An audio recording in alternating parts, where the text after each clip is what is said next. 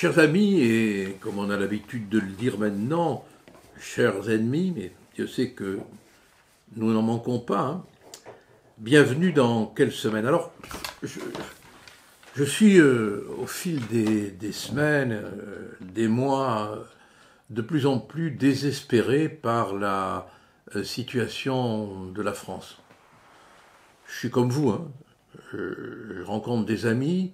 Bon, je dois vous confesser qu'ils ne sont pas forcément de la France insoumise.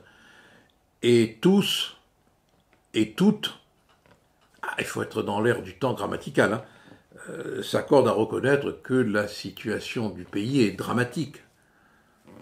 On a une situation économique effroyable, on a un personnel politique de music-hall. Bon, il y a des gens bien, évidemment, je ne vais pas généraliser, j'ai toujours pensé que le général, commandant en chef des abrutis, c'est la généralisation, hein. Donc je ne vais pas généraliser. Mais il faut être, je sais pas moi, sous d'euphorie pour considérer que la situation va bien. C'est dramatique. On a un président de la République qui n'est plus à la tête de la République, qui a besoin pour exister d'aller frétiller sur une scène internationale où on ne le regarde même pas, où on ne le voit même pas, où on ne l'entend même pas. C'est dire que il y a vraiment de quoi s'affoler, s'inquiéter. L'Union européenne est un carcan qui fait craquer de toutes parts par sa coercition toutes nos résistances, quoi. Bon, et j'admire Viktor Orban pour ses réactions, quoi. C'est vrai, l'Union européenne, j'ai été député pendant plusieurs années au Parlement européen, après l'avoir été au Parlement national. L'Union européenne, c'est une administration monumentale qui ne se soucie absolument pas des intérêts des États. Bon, on est dans ce contexte. Et je trouve que tout est fait pour qu'on oublie l'essentiel. Tout est fait dans cette espèce de carambolage médiatique, hein, où chaque information pousse chaque information, où chaque présentateur finalement est dans une espèce de compétition avec l'autre présentateur. Vous avez bien vu les informations que nous recevons, telle émission a fait plus d'audience que telle autre. Bon, ça devient un match de boxe médiatique. Où est la recherche du réel dans tout cela? Et j'ai été personnellement dans cette espèce de désordre, touché, ému par une figure qui se dégage de toute cette médiocrité. C'est la sœur de Samuel Paty, Michael Paty, qui a écrit un livre que je vous invite à lire, Le cours de Monsieur Paty. C'est un très beau livre et qui raconte la réalité de ce qui s'est passé, réalité que nous ne pourrons pas connaître, comme nous ne pourrons rien connaître, par la fragmentation médiatique. Il y a aujourd'hui une rupture de la narration de la vérité par la fragmentation médiatique et par la crépitation de la vitesse médiatique. Il faut revenir au livre si on veut savoir exactement ce qui s'est passé, parce qu'un livre, c'est une déposition, c'est un témoignage. Ce n'est pas cette espèce de bagarre d'ego que peut provoquer l'émission de télévision. Je ne jette le poste de télévision à la figure de personne. j'ai largement fait partie de cette comédie et j'en prends ma part. Hein. Elle a publié un livre magnifique dans lequel elle raconte toute la souffrance de sa famille et la sienne en particulier quand à 20h04 elle a reçu un message de sa mère qui lui disait que son frère avait peut-être été assassiné, égorgé, et puis après, quelques minutes après, elle a appris, ils lui ont coupé la tête. Voilà. Et c'est comme ça que, en quelques secondes, elle est entrée avec sa famille dans l'horreur. Il faut quand même savoir qu'aujourd'hui, un enseignant de moins de 30 ans sur 2 refuse de travailler dans un établissement portant le nom de Samuel Paty. Je le dis au passage. Alors, s'il n'y avait pas la sœur de ce martyr, victime de l'extrémisme religieux islamiste, mettons sur la réalité les mots qui conviennent. Ne faisons pas comme Madame Belloubet, qui se refuse à prononcer le mot d'islamiste. S'il n'y avait pas la sœur de Samuel Paty, eh bien on l'oublierait, Samuel Paty.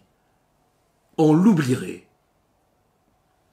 Comme on oublie au fil du temps qui passe toutes les victimes de l'islamisme religieux. Il y a eu 3 temps de silence effrayant, coupable, 3 linceuls de silence superposés. Le silence d'avant, le silence de pendant et le silence d'après.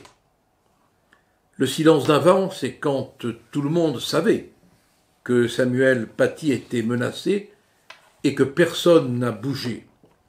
Il a été abandonné, ce professeur, par son administration, par ses collègues, par l'administration, par les renseignements territoriaux qui, informés, n'ont pas bougé.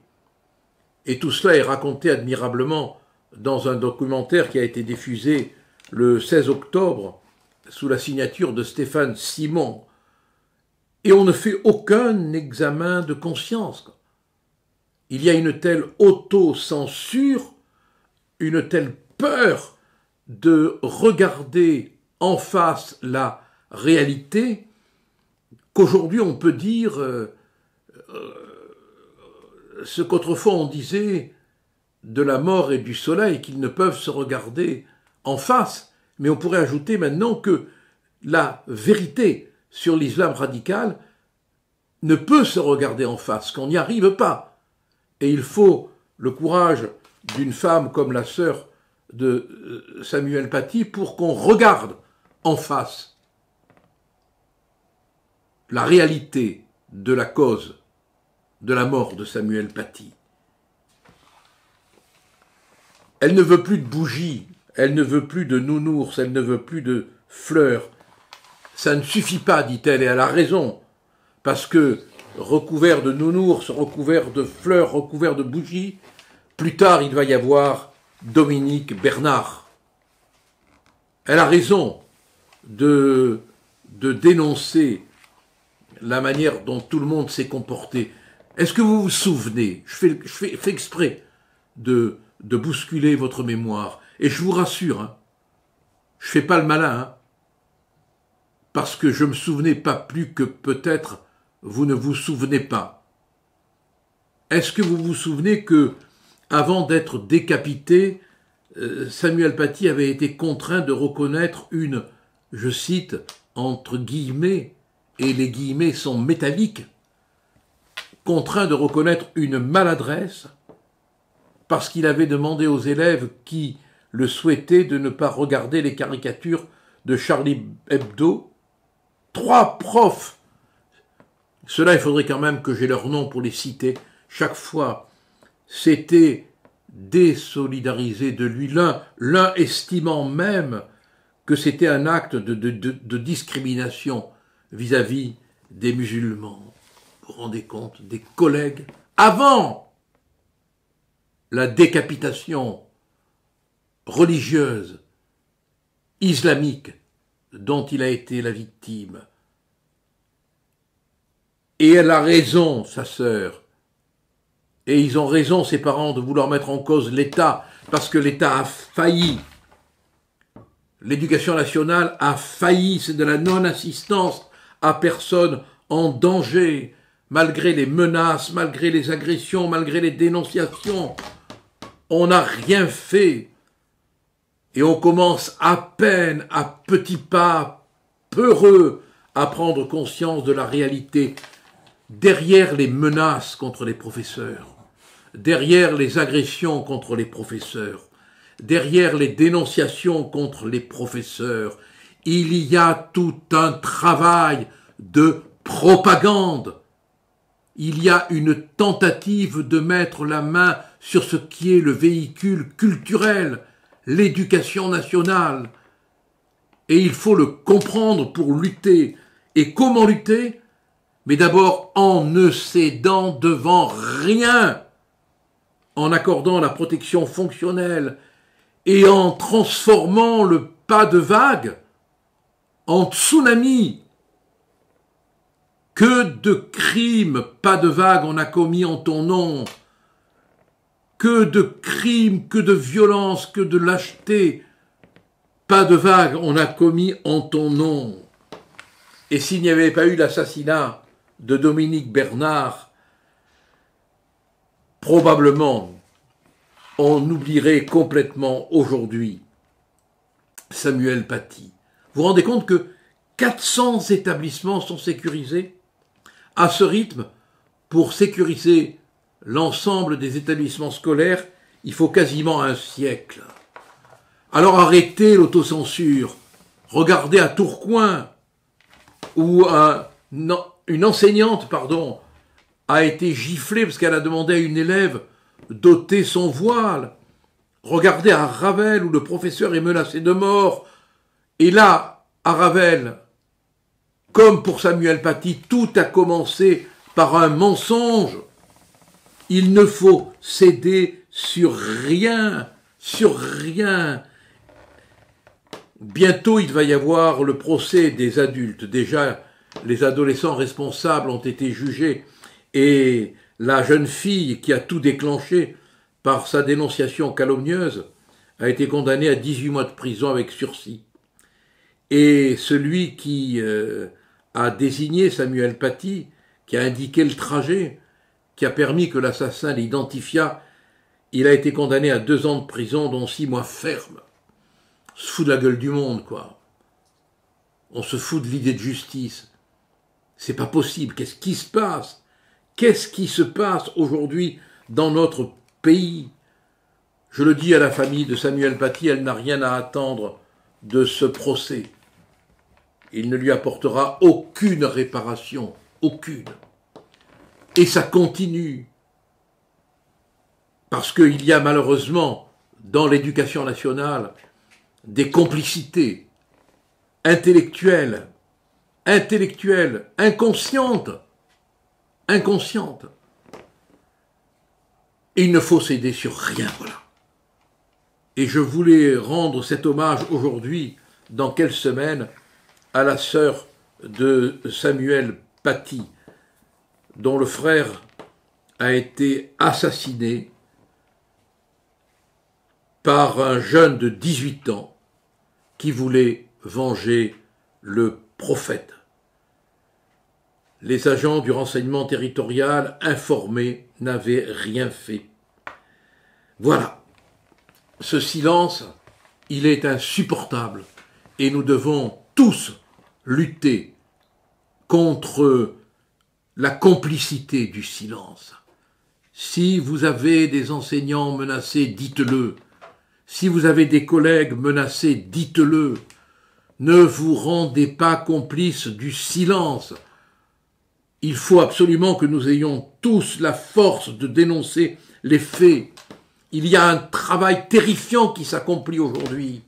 Quand vous pensez que l'on apprend que les organisations mafieuses, des aides-mafias, formeraient des jeunes pour qu'ils deviennent des gardiens de prison, pourquoi pas des enseignants, pourquoi pas des policiers, pourquoi pas des juges.